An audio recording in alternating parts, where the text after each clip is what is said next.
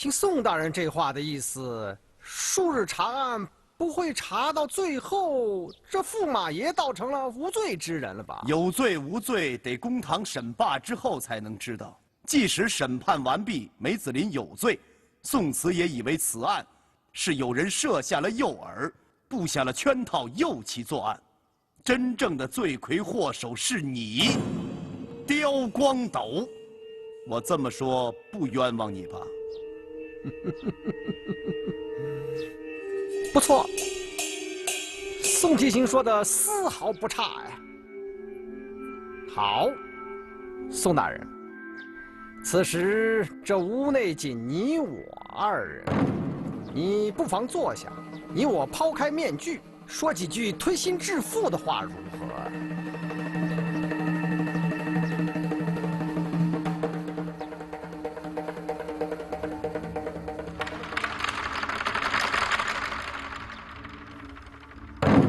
好啊，说吧。宋大人，事到如今，我也就实话实说了吧。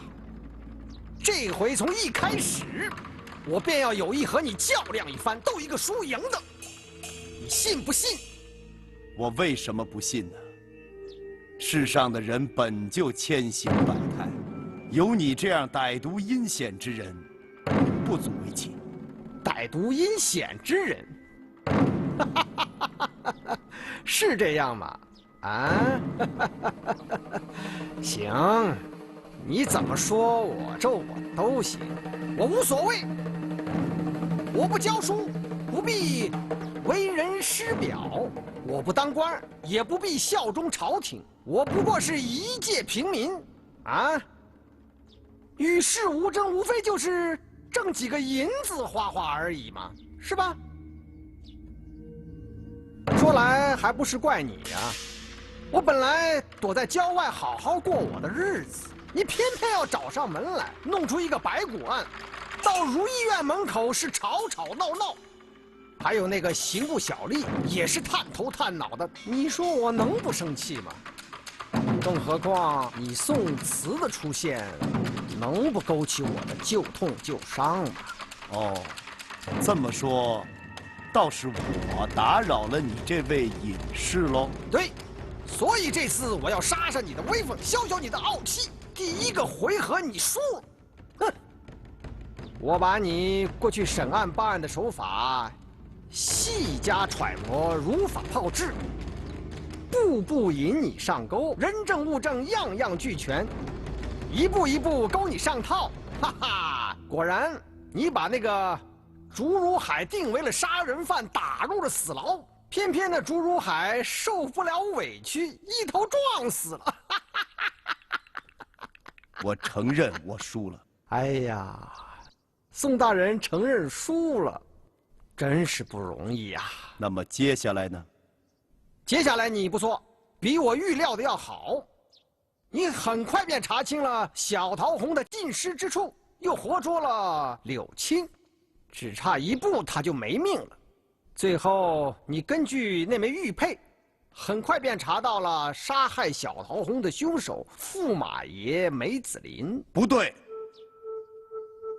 小桃红不是梅子林杀死的。怎么？他自首的时候没承认吗？他是这么承认的，但依我看来，小桃红之死并不是梅子林的本愿，这是有人设下了诱饵，布下了圈套，借他之手完成的一起谋杀。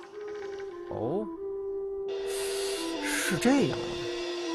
难道不是这样吗？宋大人不妨推断一下此事的结局和缘由。刁庄主，你听好了，在我发现白骨案之前，你就察觉到竹如海与小桃红有刺探你如意院之意，你是大为光火，欲予以反击。你又想拉梅子林做成粮食换军马的大生意，于是乎，你设计了一场重头戏，想来个一箭三雕。这样，你既可以除掉竹如海与小桃红，又可以做成这笔大生意，三则报复一下怨敌宋某。可是这样，不错，接着往下说。驸马爷梅子林爱马如命，你就送他一匹价值不菲的北方良驹，设下诱饵，要挟其与你做成这笔生意。不想梅子林胆小怕事，5月19，他将马匹牵回如意院，想物归原主，落个清白之身。谁知，等待他的是一场更大的阴谋。哟，驸马爷来了，替我谢过刁庄主的好意，此马完璧归赵。哟，慢走，驸马爷。哎，驸马爷，慢走，驸马爷慢走。哎呀，你这是干什么呀？来，这边请，这边请。你听我给你解释啊，这个事情。你硬拉着梅子林坐下喝酒，装出12分的诚意，再三致歉，反而让梅子林觉得不好意思。生意不成仁义在，你把马给我退回来，是责怪我给你下套。逼你做这粮草换军马的生意，对不对？我还能说什么好啊？我怎么说也说不清了，我唯有自罚自饮啊。来，你看，我已经自罚自饮好几杯了，你要是再不原谅我就只有给你下跪了。哎，别，刁庄主，你可别这样，我可受不起。刁庄主，我也是无可奈何。来，你先坐，来，好吧，梅某就跟你喝一杯。好，来，倒上。倒快点啊。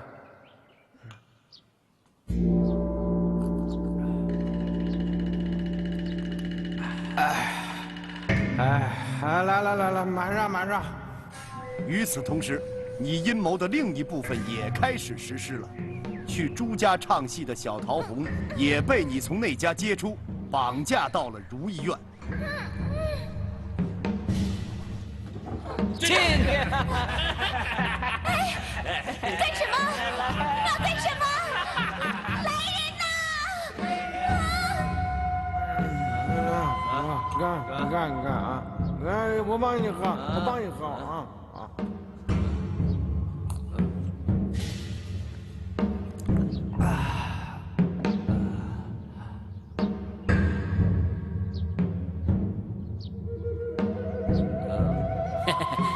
来，我再一杯，给你满上一杯。显然，刁庄主是惯用此计的。如意院想必也常备着那样小包的白色药粉。总之，以往并非好色之徒的梅子林，那日喝了酒后，却淫心乱动，难以自制。怎么热呀？很燥啊！哎，管事。把驸马爷送去稍事休息，一会儿用轿子送回驸马府。是，庄主。驸马爷，我扶你去休息一会儿，休息一会儿就好了。来，慢点，驸马爷，慢点儿。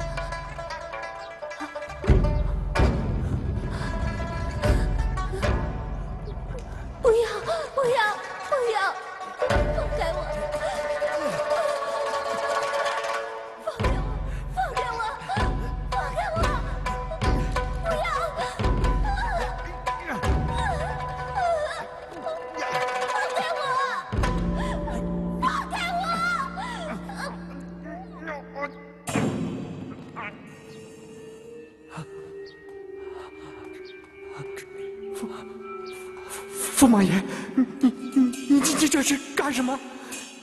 你把女戏子奸了，你还把她掐死了，你这是犯了人命关天的大罪呀！事情到这般地步，梅子林也认为是自己奸杀了小桃红。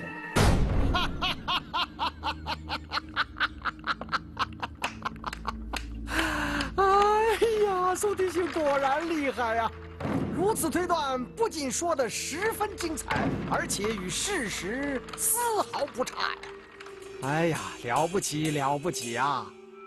宋弟兄，就冲这一点，我刁某也是自叹不如，甘拜下风啊！既然我说的丝毫不差，那在公堂上你敢承认吗？你有这个胆量吗？你因何发笑？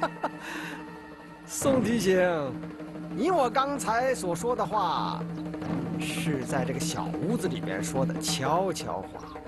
出了这个小屋子，那就不足为凭啦。再说，这个事情已经过去了。对我来说，当务之急是我做成了这桩粮草换军马的大桩生意，30条大船，50万斤粮食。想必已经运出京城100里之遥了吧？刁光斗，你不要想得太顺当。今天一早，我已呈报兵部、工部，责成沿途两岸的驻军，不许官船运往北方敌国。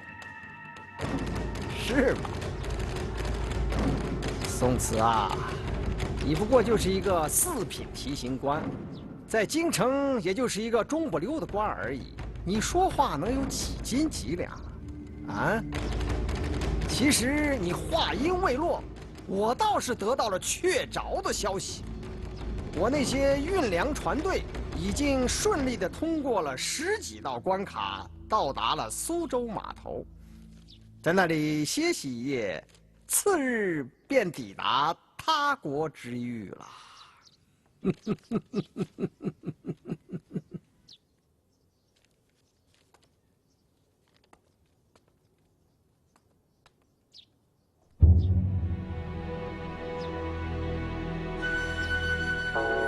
30条大船的粮食运往北方敌国，这是卖国呀！朝廷重臣就没有人想到这有多可怕吗？宋大人，你说的也太可怕了吧？啊，弄点粮食上北方，还不至于亡国吧？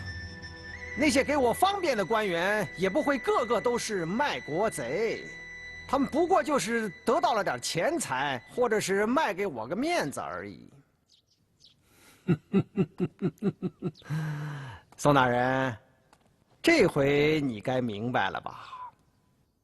我承认，在审案断案上我是不如你，可是要说谁在京城说话最算数，我说一句狂妄的话吧，你10个宋慈也抵不了我刁某的一根手指头。这是为什么？这是为什么呢？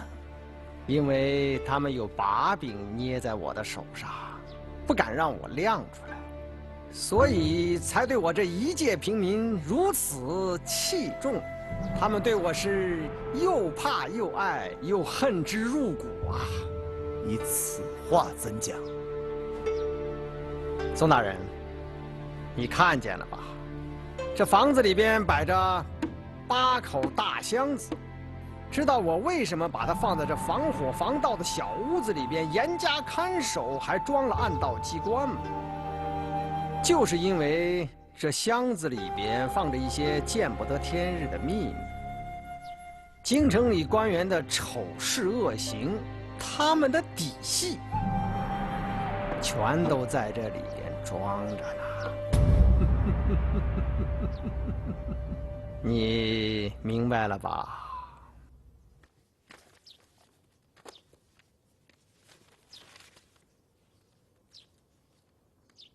驸马爷梅子林5月19日奸杀锦玉班女旦小桃红密室辑录，这里边还有几张文稿，这是驸马爷监视他以后写下的供词，句句在录。你说他能脱得了干系吗？去年8月18日晚，钱江大潮起，午夜3刻，六合塔附近浮起一具男尸，30余岁，体格强壮。这强壮男子乃临安知府吴某府中之跟班，其生性风流，好女色，且胆大包天，竟与吴知府之小妾勾搭成奸。吴知府得知后，将其弄死，抛尸江中，后被我刁某劫得尸体，并且弄到了几样物证。这是什么？这便是物证。那吴知府弄死了好色跟班之后，企图消失匿迹，被我刁某察觉，连夜拿了这个物证赶到了吴某知府，约见吴知府。当他看到这些物证之后，立刻吓得7魂飞出6魂半，当即跪倒在我的面前呐！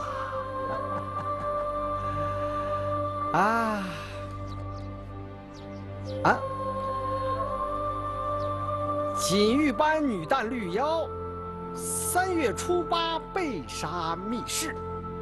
是如意院所请锦玉班女旦绿妖与几位青年男子相伴嬉戏饮酒，酒后几位男子欲与之亲近，皆被绿妖正色拒之，曰不可乱交啊。随后便有语言冲突，领头男子性格暴躁，挥拳打去，正中其脑侧，昏厥倒地，即被轮流监之，又将其掐死之后弃尸深谷之中。此事被刁某察觉，报知其父知晓。收集了这物证若干，且有如意院的证人若干。你说的可是这桩白骨啊？正是。那行报的男子，便是当朝重臣曹某的嫡亲之子啊。你说的可是曹刚曹大人？刁光道，这些东西你是从何得来呀？这可就密不可宣喽。怎么样，是不是很有意思啊？你可以想象一下，假如你也有一样东西被我抓住了，且有物证在手，你会不会对我敬重几分，畏惧几分呢？你会不会也想着把这些物证悄悄地夺回去呢？好啊！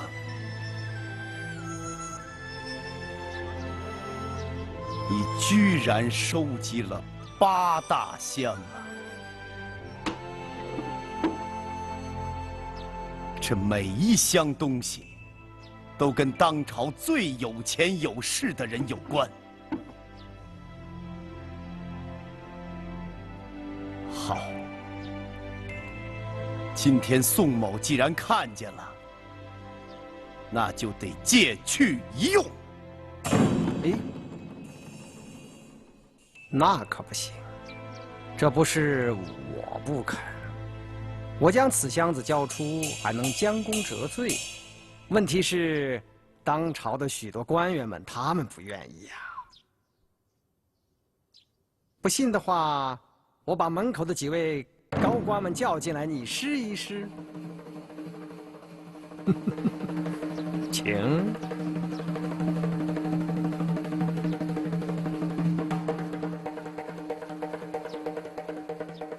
宋大人，你信不信？我只要轻轻地咳嗽几声，他们立马就会跑进来。怎么你们还没有谈完呢？啊，曹大人啊，你看宋提刑好像是非要把我带走不可呀，你说我该怎么办呢？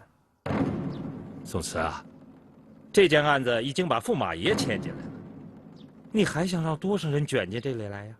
哎，算了吧，不看僧面看佛面，你总不能让宋皇插自己的女婿吧？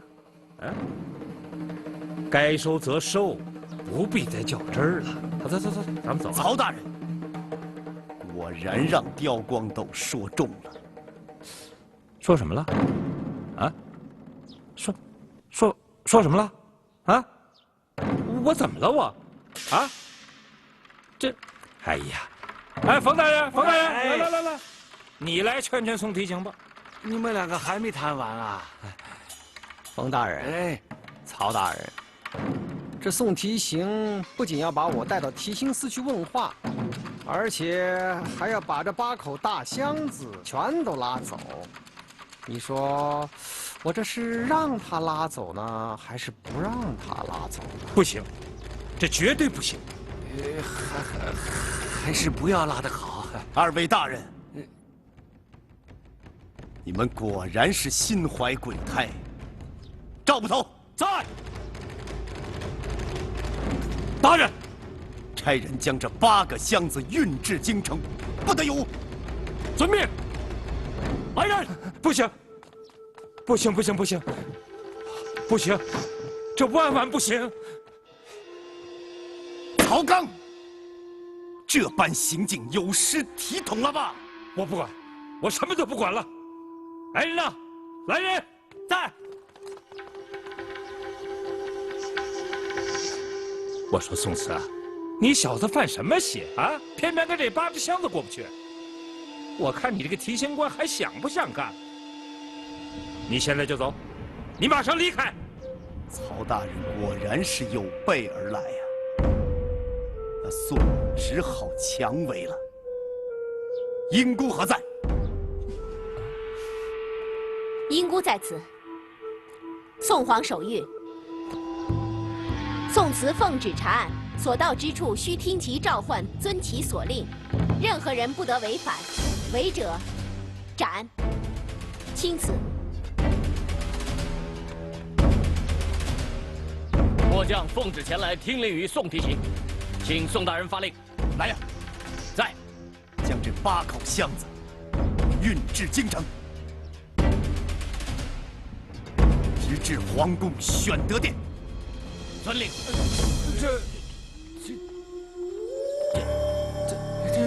这完了，完了！哎呦，哎呀！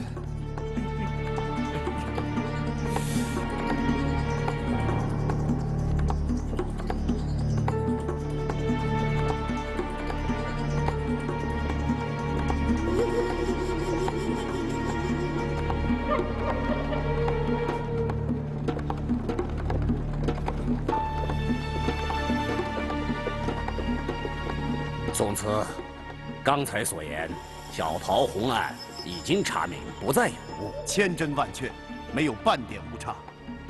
好，好。你说驸马爷深陷小桃红一案，责任不大，完全是那个姓刁的歹徒设计，是吗？的确如此，圣上。驸马爷这回是上当受骗，歹徒如此行事，为的是做成一笔粮食换烈马的交易，除掉竹如海意在栽赃宋慈。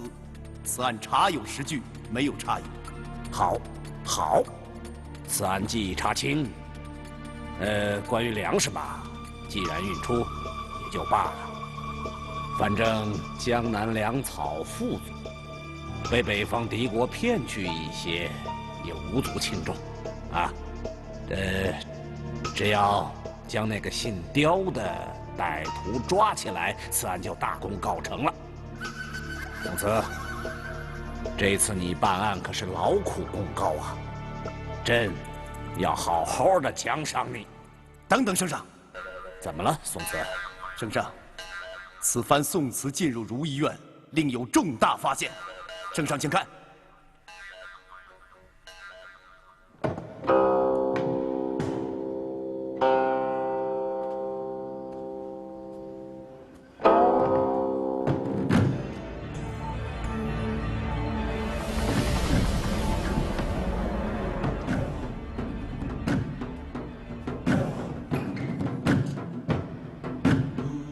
圣上，这8口箱子的底细，需向您如实报说。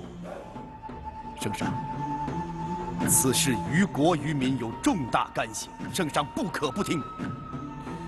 这8口箱子所为何来？你慢慢说，待臣逐一说来。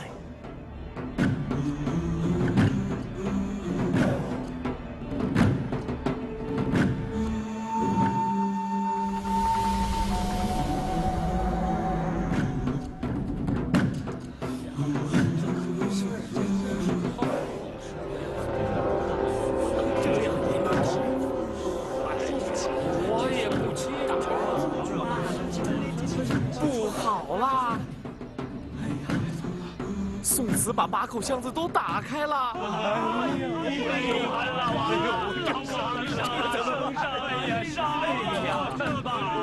你说这怎么办？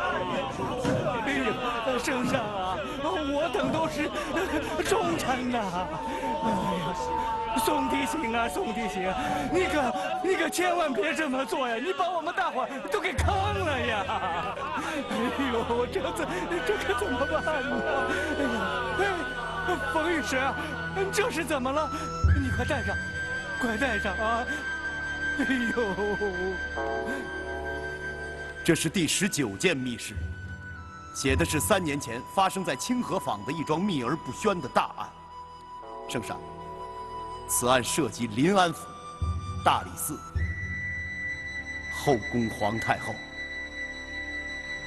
还有几个太监侍卫。圣上，这是物证，请您逐一详查。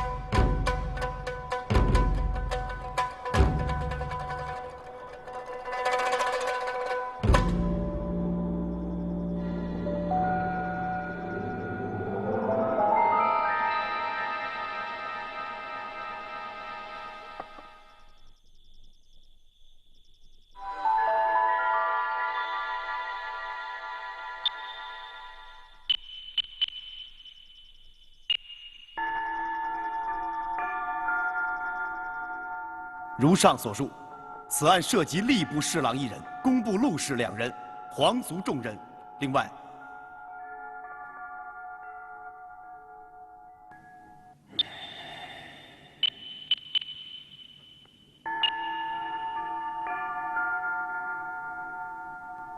圣上，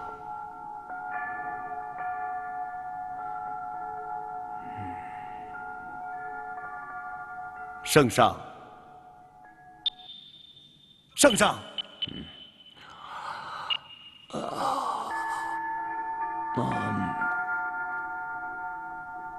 真睡着了吧？圣上，似乎方才小睡了一会儿，不知宋慈所言，圣上是否听劝？宋慈，你说到哪儿了？已经这么晚了。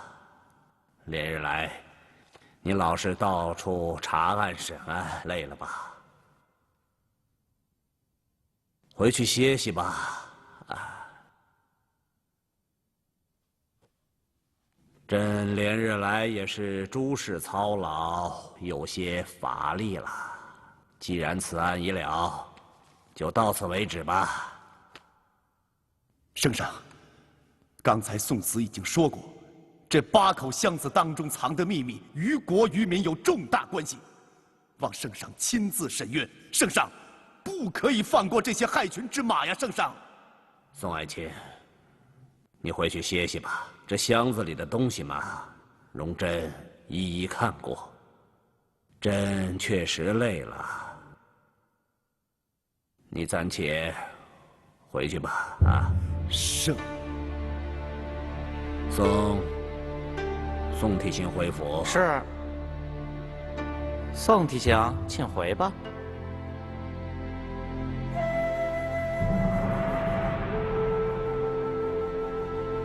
臣告退。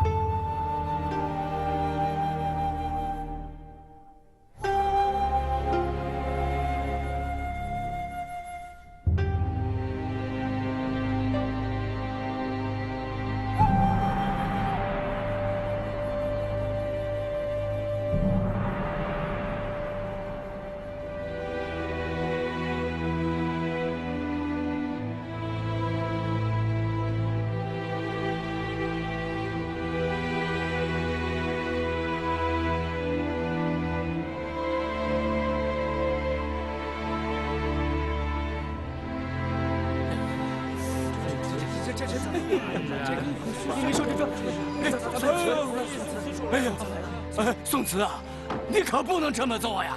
你这么做，把我们大家都给出卖了呀！宋慈，你把8大箱子里的事都跟圣上说了，你全都说了。当然，曹大人，我身为京畿提刑，知道有人行奸犯科，岂有藏匿不报之理？你知道你这么做会把朝廷的许多大臣害得家破人亡、妻离子散呢。既有今日，何必当初啊？现在知道做个清官忠君爱民的重要性了。犯下如此恶行，现在后悔，晚了。哎呀，着火了！着火了！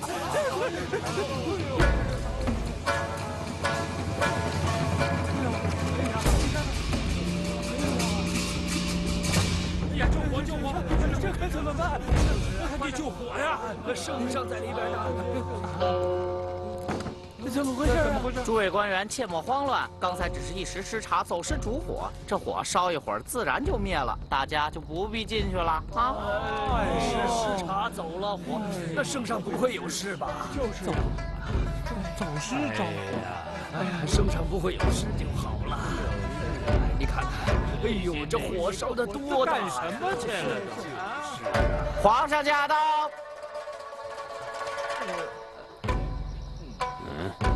圣上，众爱卿，你们在这里干什么？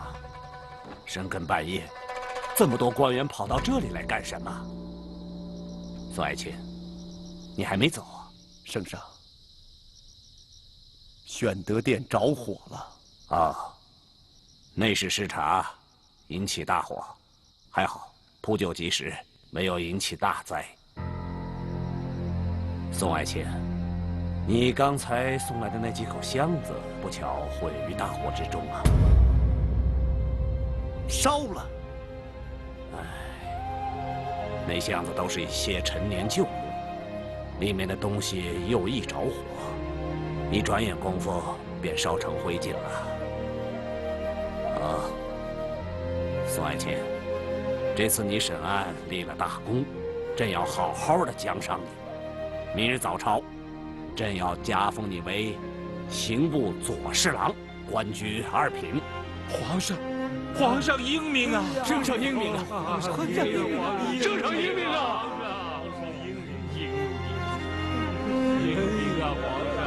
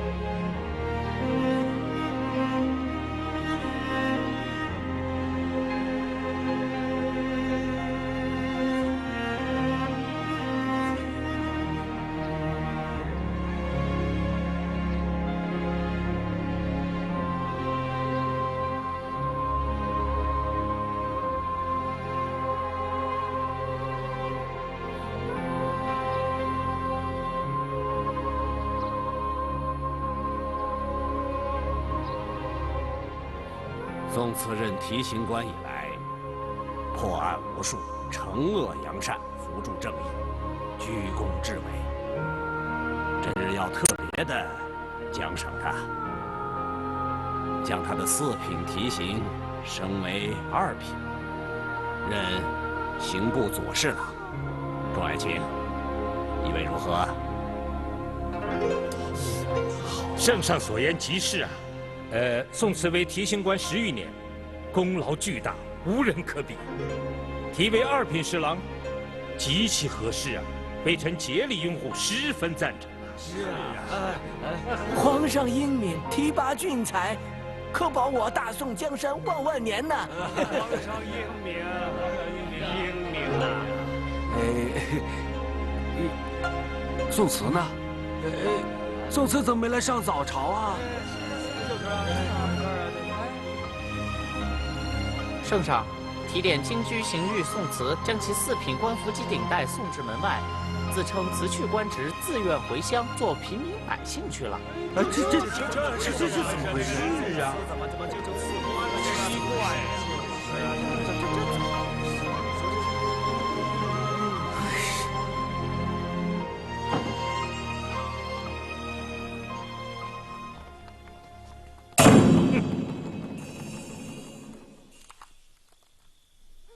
各位大人都来了，兄弟不及远迎啊！大胆刁民啊！竟敢与我等当朝重臣称兄道弟，你真是不知天高地厚！你眼中还有没有王法？姓刁的，你的末世到了！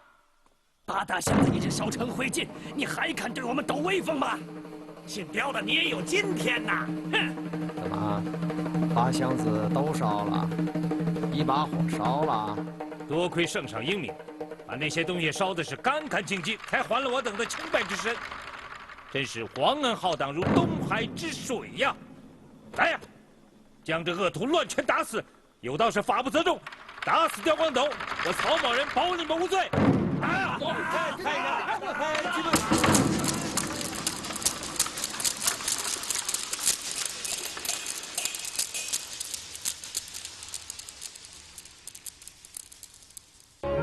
父亲，慈儿已辞去官职，回归故里，从此再也不会去做官了。时至今日，慈儿才明白，若要世道清明，除恶扬善，单凭我等仗义执法、查凶审案是无济于事的。孩儿已疲惫不已，不堪重负了。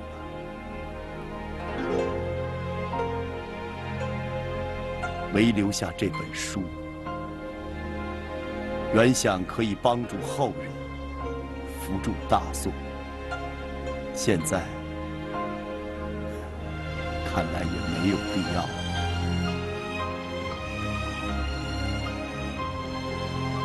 大宋这半壁江山不会太久了。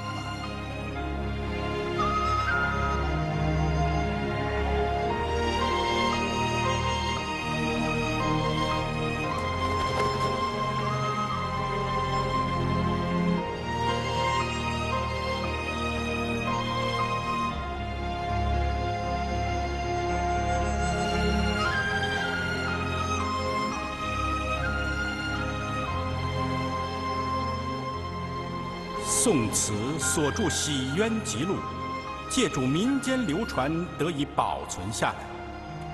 这部我国最早的法医检验专著，比欧洲最早的法医学著作早了300多年。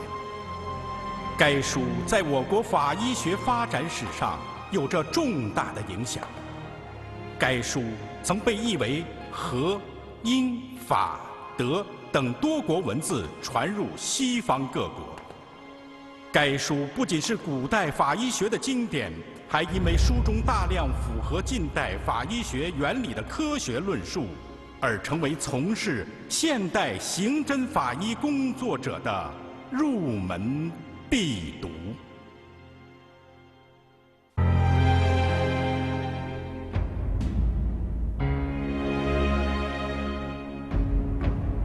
千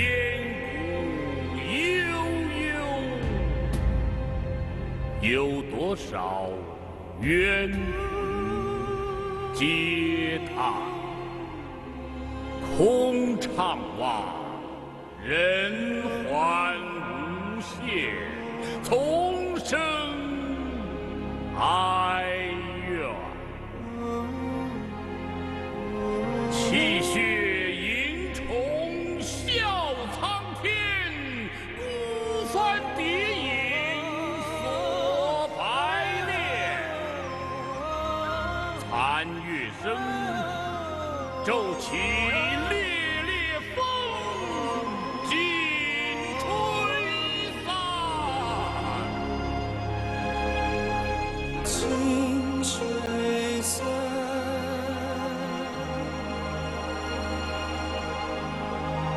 尽吹散。